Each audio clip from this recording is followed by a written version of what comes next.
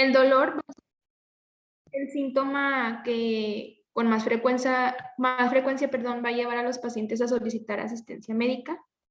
El dolor habitualmente va a ser un signo de alarma que alerta a una persona sobre una lesión tisular real o potencial y que constituye una función esencial para la supervivencia. Dentro del dolor se van a encontrar, dentro de la fisiopatología del dolor se van a encontrar los nociceptores de los tejidos que van a traducir estímulos mecánicos, térmicos o químicos y los van a transformar en estímulos nociceptivos, liberando en este proceso productos que van a aumentar la respuesta de los nociceptores a los estímulos nocivos. Y a todo este proceso lo vamos a denominar como sensibilización periférica. También los nervios periféricos van a conducir impulsos nociceptivos hasta el sistema nervioso central en la asta dorsal de la médula espinal, desde donde se van a transmitir hacia una red de neuronas aferentes de segundo orden e interneuronas que los modifican y los transmiten hasta el encéfalo. La siguiente, por favor. Bueno, también posteriormente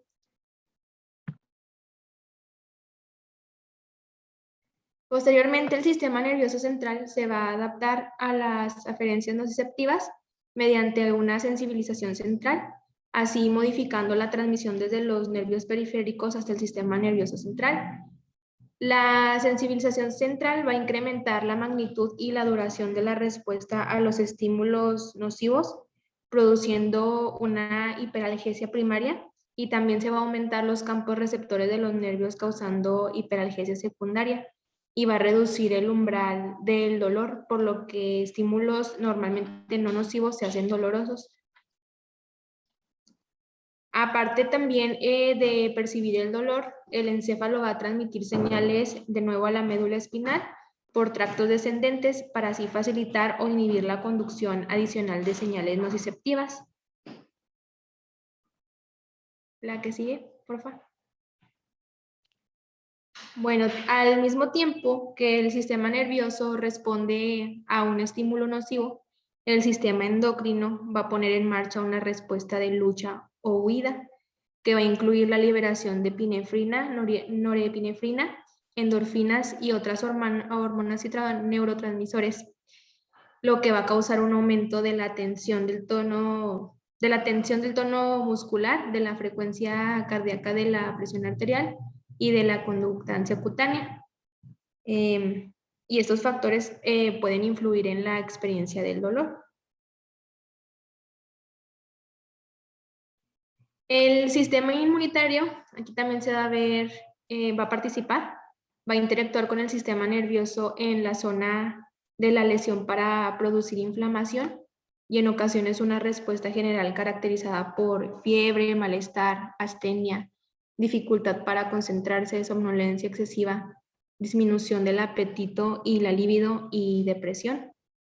El dolor también puede provocar respuestas psicológicas como ansiedad, confusión y trastorno confusional.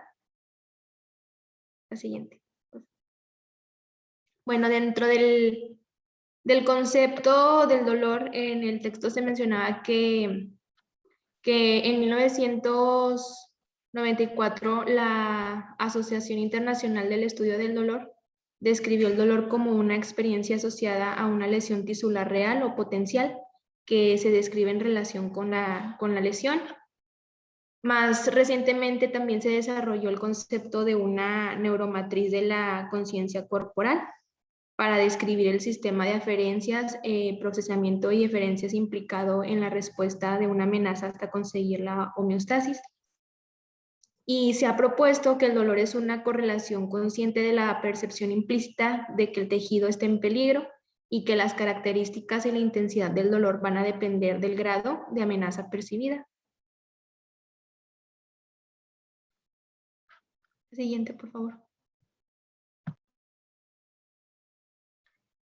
En los mecanismos de recepción y transmisión del dolor, vamos a tener los receptores del dolor, los nociceptores son terminaciones nerviosas periféricas libres no corpusculares que están formadas por una serie de segmentos fusiformes, gruesos, unidos por segmentos finos para proporcionar un aspecto de sarta de perlas.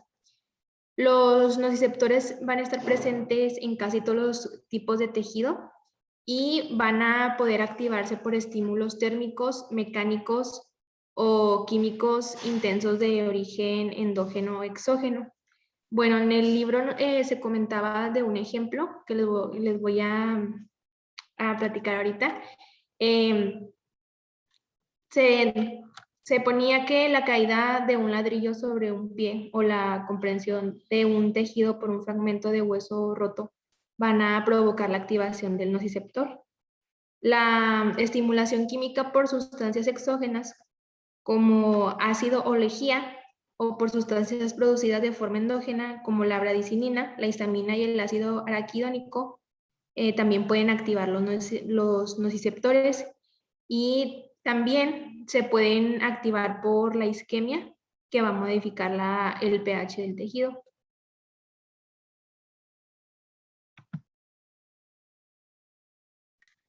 Cuando se activan los nociceptores, van a convertir el estímulo inicial en actividad eléctrica en forma de potenciales de acción mediante un proceso conocido como transducción.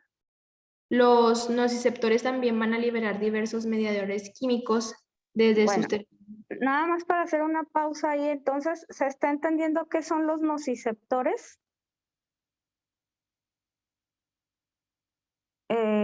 Si me pudieras dar así una definición rápida de qué son los nociceptores, ¿qué me dirías que son?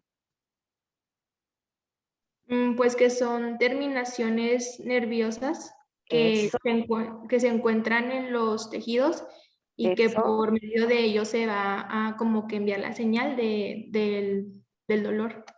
Muy bien, justamente eso. Son terminaciones nerviosas libres que están localizadas difusamente en varios tejidos y ahí es donde se recibe el primer estímulo doloroso antes de ser trasladado por las fibras nerviosas hacia la médula espinal y de la médula espinal hacia el cerebro. Entonces, teniendo ese concepto muy claro, nociceptores son terminales nerviosas libres encargadas de captar el dolor. Y de ahí empieza la vía que nos está explicando su compañera. Muy bien.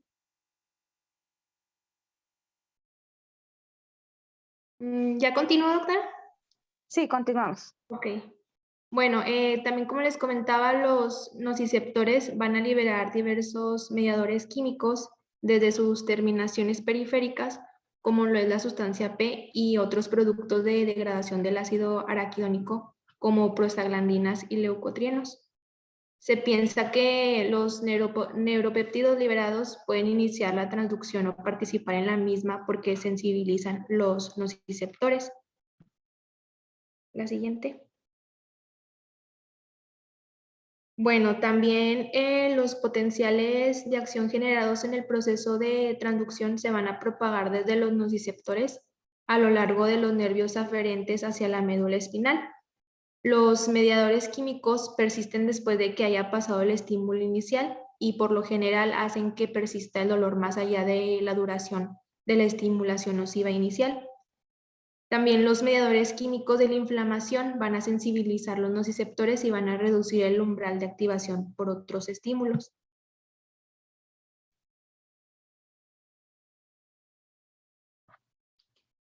En las neuronas aferentes primarias, los nociceptores son las terminaciones de los tipos de neuronas aferentes primarias, que son las fibras C y las fibras A delta.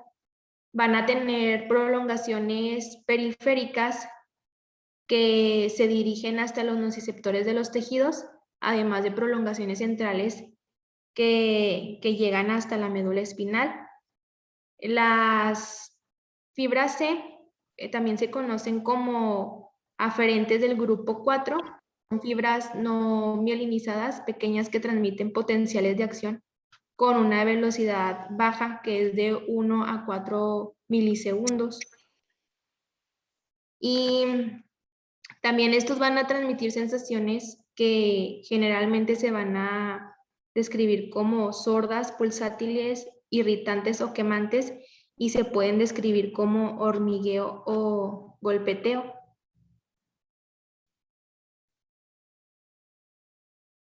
Las fibras A delta también se conocen como aferentes del grupo 3, y estas son fibras de un diámetro pequeño, aunque están mielinizadas, por lo que transmiten potenciales de acción más rápido que las fibras C, a unos 30 milisegundos.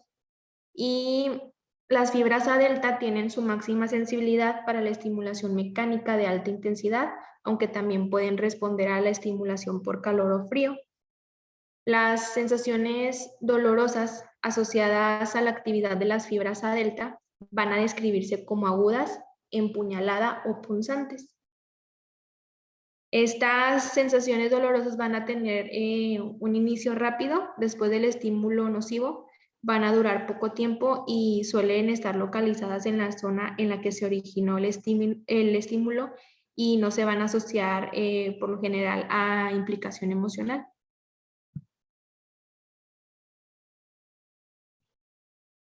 Los traumatismos mecánicos que activan normalmente a las fibras C, como a las A delta, el 80% de las fibras aferentes transmisores del dolor son las fibras C, y el 20% restante son las fibras tipo A delta.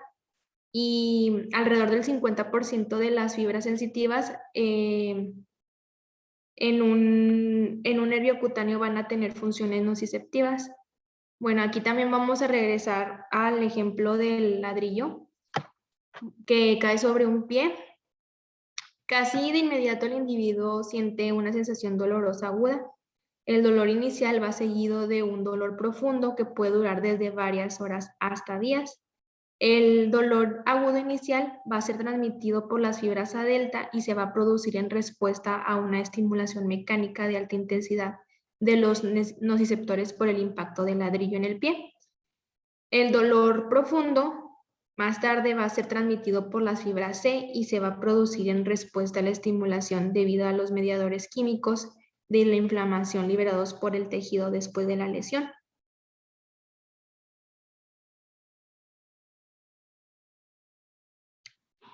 Bueno, en las fibras A delta, las fibras nerviosas que habitualmente transmiten sensaciones no dolorosas relacionadas con la vibración, el estiramiento de la piel y la mecanorrecepción también pueden estar implicadas en la transmisión anormal del dolor y en la percepción asociada a un dolor más prolongado.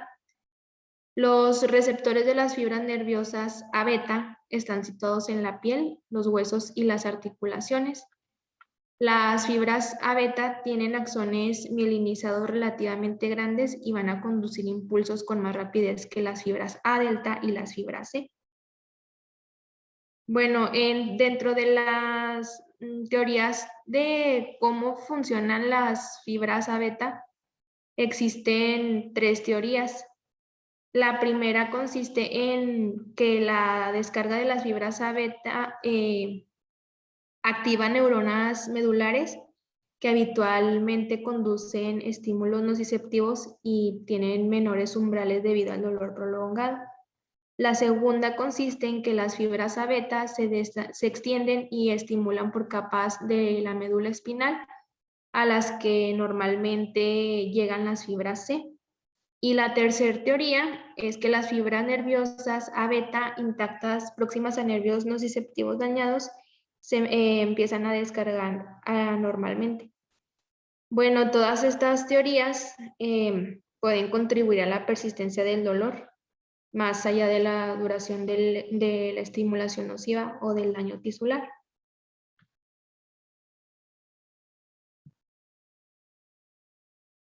En las vías centrales están las vías de la médula espinal. Las fibras C y A delta se van a proyectar directamente o a través de interneuronas hacia las neuronas del asta dorsal superficial de la sustancia gris de la médula espinal. Las interneuronas, que también se conocen como células de transmisión o células T, van a establecer conexiones locales con la médula espinal y van a hacer una sinapsis con neuronas aferentes que se van a proyectar hacia la corteza.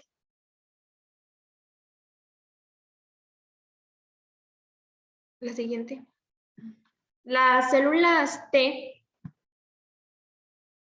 tienen una función importante en la transmisión nociceptiva porque van a integrar la información procedente de las fibras aferentes primarias nociceptivas y las no nociceptivas. Otras células T locales y localizaciones supramedulares como la corteza y el tronco encefálico. El equilibrio de las aferencias que llegan a las células T va a influir en si la persona siente o no dolor y en la intensidad de la sensación dolorosa. También la activación continuada o repetitiva de las fibras se va a estimular a las células T para que descarguen con más rapidez y aumenten el tamaño de su campo receptor.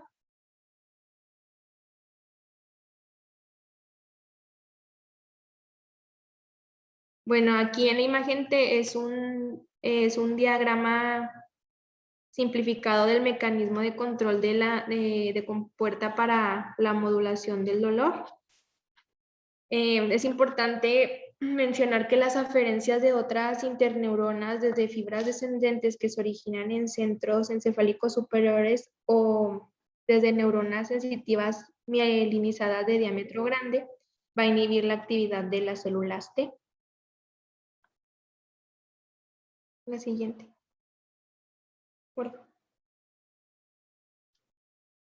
Las células T pueden producir o perpetuar los espasmos musculares mediante un reflejo medular en el que la célula T va a establecer sinapsis con las células eferentes del asta anterior para producir contracciones musculares. Las contracciones musculares mantenidas pueden causar acumulación de líquido e irritantes químicos, lo que va a activar aún más a los nociceptores.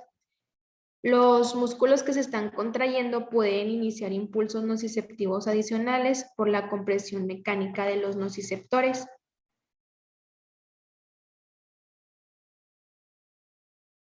Bueno, aquí está una imagen que es el ciclo del dolor espasmo-dolor. Aquí nos explica que la activación del nociceptor va a producir una activación de las células T.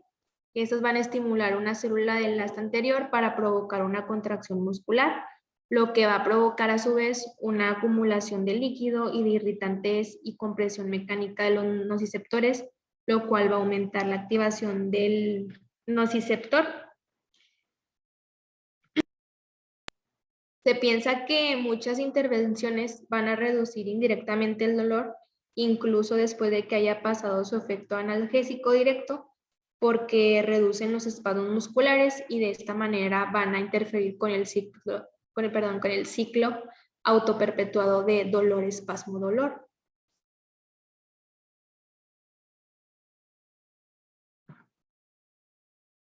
Aquí en las neuronas transmisoras del dolor que se originan en la médula espinal, ascienden hasta el tálamo por los tractos espinotalámicos que están localizados principalmente en las caras anterolaterales de la médula espinal. La mayoría de los axones de los tractos espinotalámicos van a cruzar la línea media en la médula espinal a nivel de que se originan y después ascienden por el lado contrario.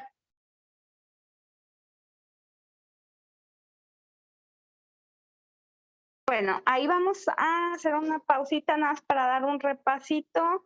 Vas a regresar tantito donde está lo de las fibras delta y las fibras C.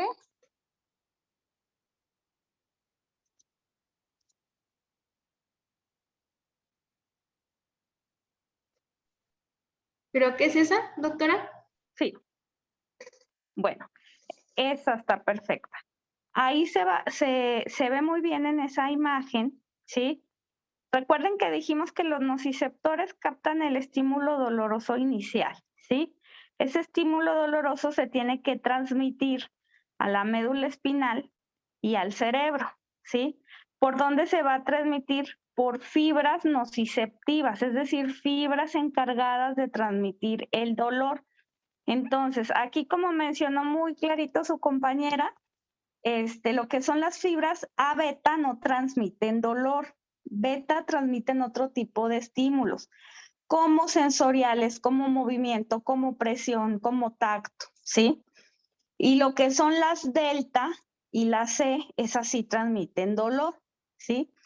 Entonces, la diferencia entre las A delta y las C es que las A delta transmiten el dolor de manera más rápida y las fibras C transmiten el dolor de manera más lenta, ¿sí? Entonces, una manera de bloquear el dolor es compitiendo con la transmisión del estímulo. Por ejemplo, antes de que las fibras A delta y C transmitan el dolor, yo hago un estímulo táctil o de presión. Entonces, las fibras A beta, que son las que no transmiten dolor, transmiten otro tipo de estímulos, transmiten el dolor y, como quien dice, por competición o por competitividad, le ganan el estímulo, pues, a las fibras nociceptivas. Entonces, bloquean el dolor, ¿sí? Es lo que pasa, por ejemplo, cuando se han pegado en el codo, inmediatamente se empiezan a sobar, ¿no?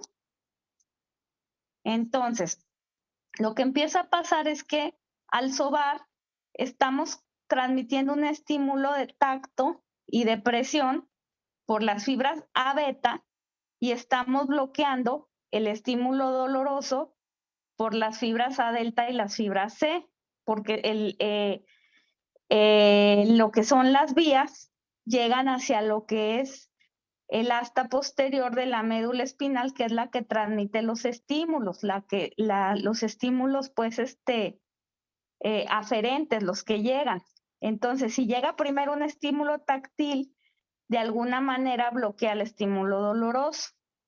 Entonces, en fisioterapia lo que se usa es poner unas corrientes que bloqueen la vía del dolor. Hay corrientes, como ya les había mencionado, para estimular el nervio, para estimular la contracción del músculo, para estimular para inhibir el dolor. O sea, hay muchos tipos de corrientes. Entonces ponemos unas corrientes de tipo analgésico que interfieran con la transmisión del dolor y de buena manera puede disminuir el dolor. Entonces, por eso tenemos que tener objetivos en la terapia.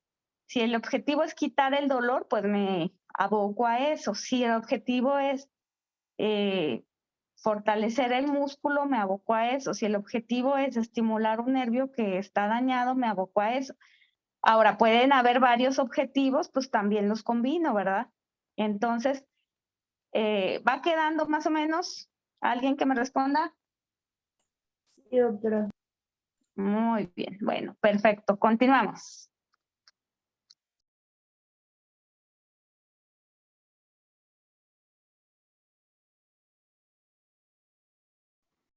Esa. En la anterior, Rebe. Esa. Bueno, las neuronas del tracto espinotalámico anterior van a establecer sinapsis con neuronas de la formación reticular del tronco encefálico y con los sistemas hipotalámico y límbico hasta proyectarse en el tálamo lateral, ventral y caudal. El tracto espinotalámico anterior también transmite información hacia la sustancia gris periacueductal, que es una zona con mayor concentración de receptores de opioides que se piensa que se asocia a la modulación del dolor. Eso lo vamos a ver más adelante. La siguiente. Las vías cerebrales, bueno, en la corteza se evalúan los estímulos nociceptivos y va a surgir la percepción y la experiencia del dolor. Hay varias regiones corticales implicadas en la percepción y la experiencia del dolor, como las áreas S1 y S2 de la corteza sensitiva. las circunvoluciones del cíngulo anterior y posterior, las cortezas insular y prefrontal y las áreas del tálamo y el cerebro. O sea, aquí se piensa que las áreas S1 y S2 van a estar implicadas en la percepción de la localización y las características del dolor, y que las circunvoluciones del cíngulo anterior y posterior y la corteza insular se van a centrar en la atención en la causa del estímulo y van a evaluar su significado.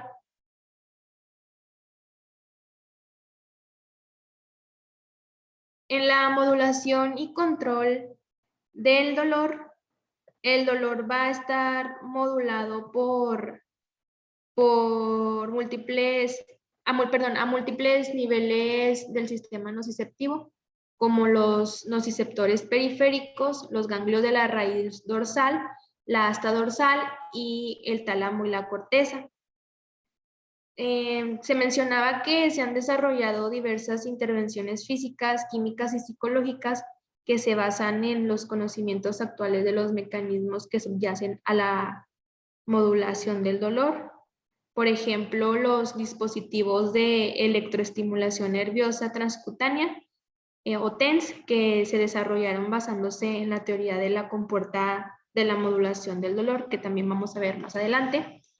Y en la actualidad se comprende mejor la eficacia de numerosas técnicas de tratamiento ya establecidas, ya que se han aclarado los mecanismos subyacentes al control del dolor.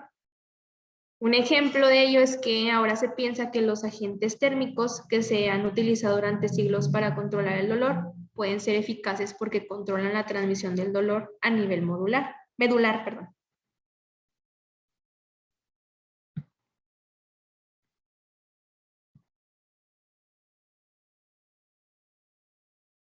En la modulación del dolor a nivel de la médula espinal, bueno, aquí ya vamos a hablar de la teoría del control de la compuerta.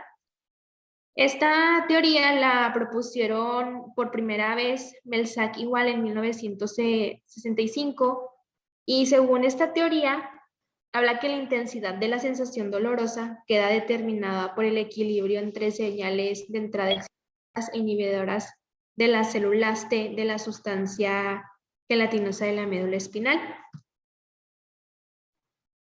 Estas células van a recibir señales excitadoras de las aferencias nociceptivas A delta y C y señales inhibidoras de aferentes sensitivas no nociceptivas de gran diámetro A beta y de neuronas descendentes procedentes del sistema límbico, el núcleo del RAFE y los sistemas reticulares, lo cual va a afectar la percepción del dolor, los aspectos emocionales del dolor y las respuestas motoras ante el dolor.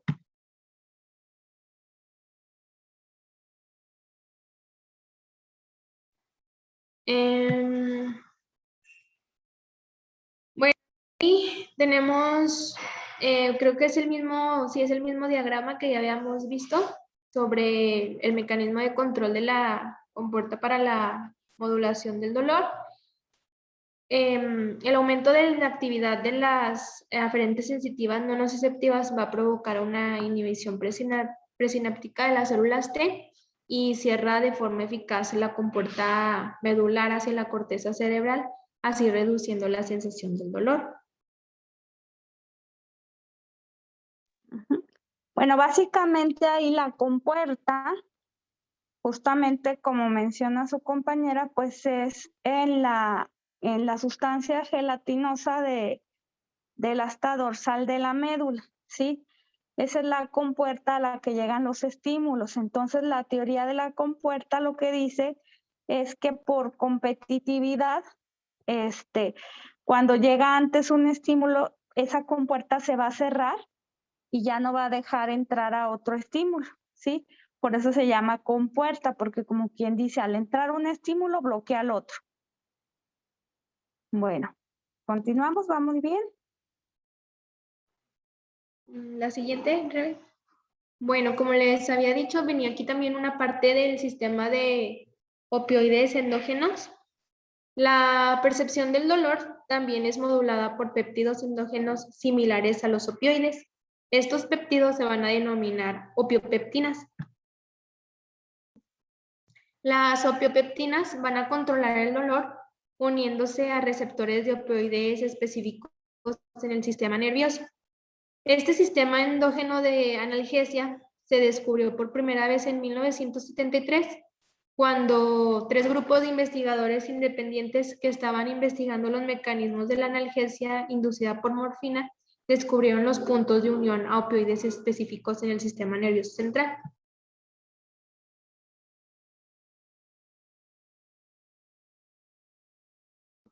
No, Rebeca, regrésale poquito.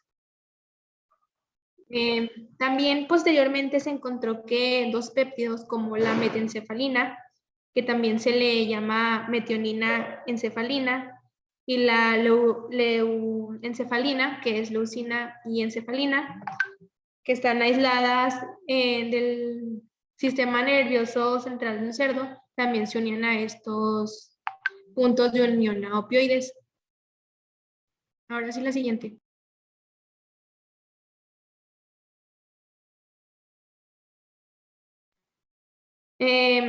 Estas encefalinas producían efectos fisiológicos similares a los de la morfina y su acción y su unión se bloqueaban por el antagonista de opioide naloxona. Se encuentran opiopeptinas y receptores de opioides en la sustancia gris periacueductal y el núcleo del rafe del tronco encefálico, estructuras que van a inducir analgesia cuando se estimulan eléctricamente. También se encuentran, bueno, antes de esto las opiopeptinas y los receptores de opioides están presentes en muchas terminaciones nerviosas periféricas y en neuronas de varias regiones del sistema nervioso.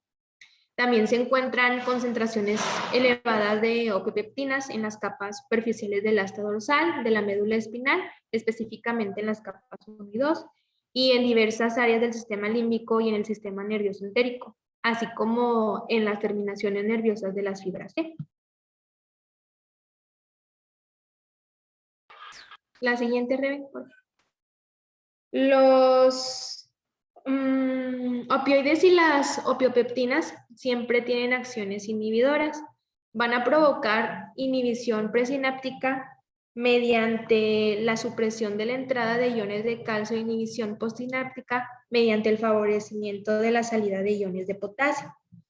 Las opiopeptinas también van a inhibir indirectamente la transmisión del dolor, inhibiendo la liberación de ácido gamma aminobutírico y en los núcleos